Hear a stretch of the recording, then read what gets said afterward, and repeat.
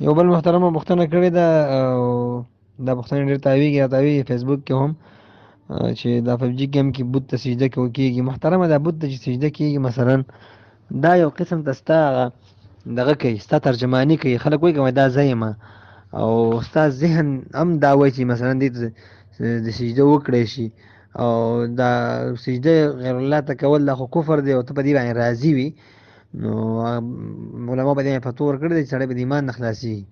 نو توبه به وباسي، 2 رکعته توبه مونځ به وکړي، او کلمه به ووایي، مسلمان به شي، او نکاح به تازه کړي. نکاح تازه کول اسانه دي، یو عالم به راولي، او بس یو 2 کسه ګواهانو په حضور کې به د ښځې خاوند نکاح تازه شي، او مهر به پکې مقرر کړی شي. څه مشکل پکې نشته.